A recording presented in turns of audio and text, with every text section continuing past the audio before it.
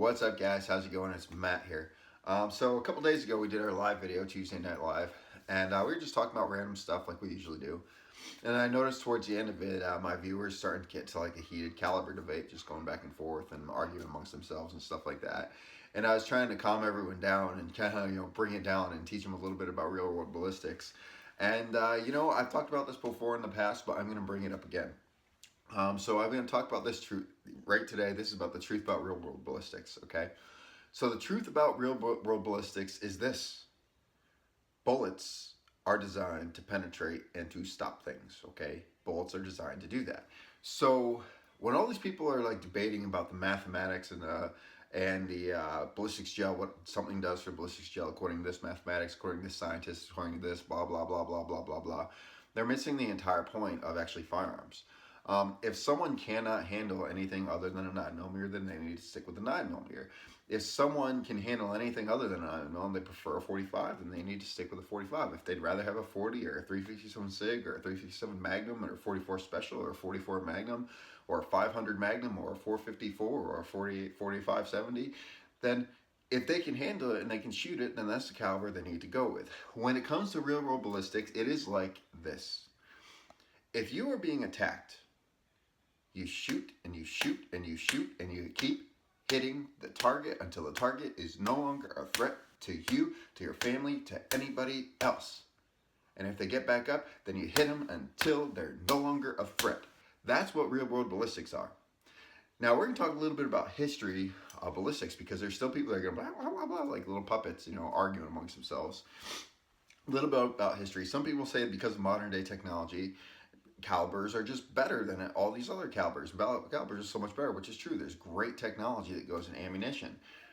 But you can only put a small light projectile on so much steroids before you need to actually start switching to bigger projectiles to actually get more damage done. You can't beat the science behind that. You just can't. Now, a lot of people are based on the math and the science and the expansion and the rounds and the velocity and stuff like that. Well, all you have to do is, instead of, trusting on these lab coats to look at stuff about ballistics gel, why don't you look at history? Why don't you just take a quick little look at history? Because history pretty much has the answer for everything. It really does have pretty much the answer for just about any of these debates or stuff like that. People just don't refuse to look at it. They just rather look at the numbers and the mathematics and the ballistics gel and stuff like that. Now, I've said this before in my videos. When's the last time ballistics gel actually decided to, draw on a pistol belt and come attack you, so you had to defend yourself against it? So yeah, if modern day ballistics are pretty much the same against ballistics gel, then I guess you'll be fine with whatever caliber when it comes to ballistics gel. After all, it's just gel. There's no bone, there's no flesh, there's no meat, blah, blah, blah, blah, blah. So, there's no willpower. That's a big one too. How do you judge will? How do you judge the will of someone to live? Some people have a stronger will than others. There's a Navy SEAL that got shot 24 times with an AK-47 and he climbed himself to safety, or he crawled himself to safety.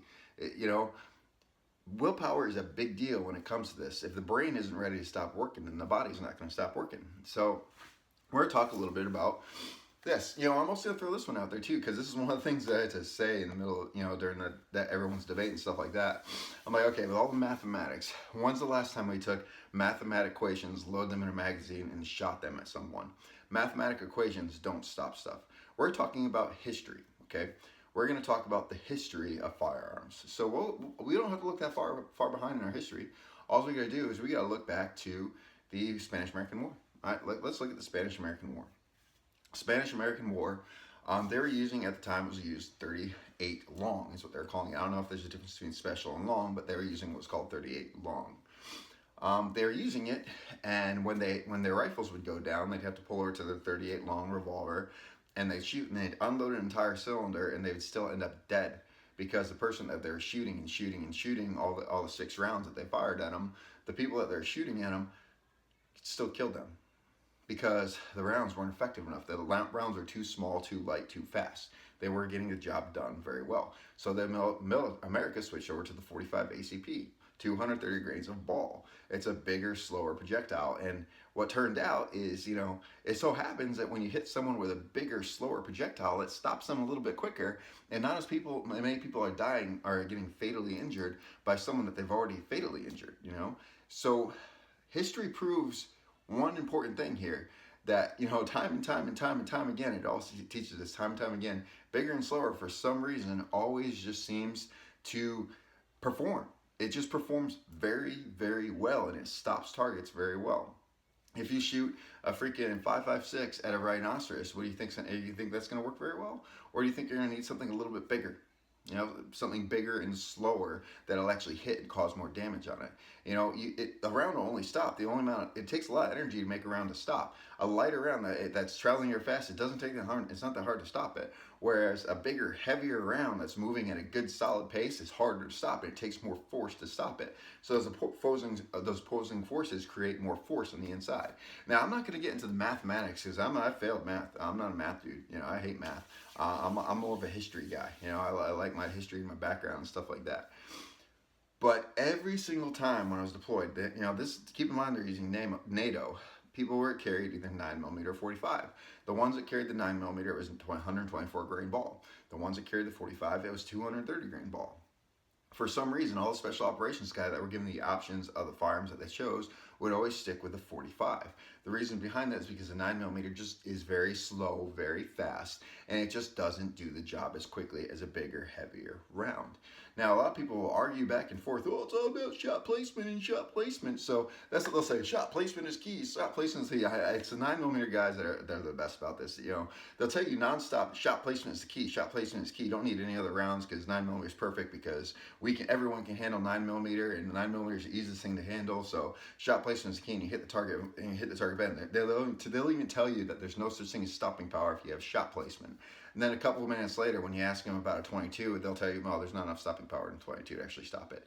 See, according to their mentality, simply a 22, if you stick with the real mentality that they have, which is shot placement is the key and it's something very easy to handle, 22 you can handle a lot better than a 9mm, and 22 is really good when it comes to shot placement, a really accurate round. So why won't it stop something very quickly? Because it's too light and it's too small. Now the truth is that big and slower does do more damage. You cannot defeat physics. You cannot beat physics. Now, like I'm saying, you know, I'm not saying choose a freaking 500 Magnum over a 9mm. Pistols are designed to freaking fight your way to your rifle, to your shotgun. So pistols, you're going to have to hit the target a lot regardless of it. The only difference is you have to hit it less when you go with a bigger, slower round when it comes to that. Whereas a smaller, lighter round, you have to shoot it a lot just to be able to take it out of the fight. Now, that doesn't mean they're not fatally injured. If someone is fatally injured because you hit them with a small, fast, light round, then yeah, they're fatally injured. They're probably going to end up dying or bleeding out or whatever it is. That doesn't mean that the fight hasn't stopped yet. That doesn't mean that they're not out of the fight yet. When you're looking at a caliber, you don't want to look at the science and the ballistics and all this other stuff behind it. You want to look at what can I handle? What can I handle that I can stop the threat quicker? Because some people, they just can't handle anything other than a smaller caliber. They just can't. You know, they don't have either have really bad recoil management. They're older, they're younger, they're very thin, they're very lean, they're very small in stature, and they just can't handle much stuff. They don't have enough weight to actually put behind something a little bit bigger. But the truth, when it comes down to it, doesn't matter. You know, they put all these factors together and say, this is why this round is better because it's easier to handle, easier to shoot, more accurate, holds more ammunition, all this stuff. And, you know, they'll research ammunition all the time and try to find the best, most effective caliber with it.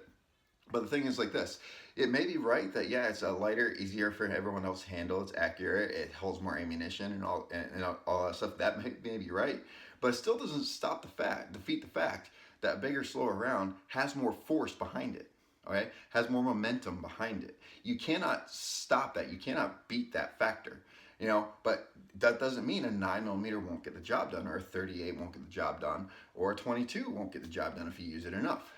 But when it comes to bigger bores, heavier rounds, they just make stops faster because in the end, regardless of the lab coats that are putting behind all the ballistics gel and stuff like that, history has proven time and time again that the bigger, slower round, heavier, bigger, slower round does stop threats quicker. Notice I'm saying stop threats quicker. Now, I'm not saying you can't stop a threat with any other caliber other than a bigger bore.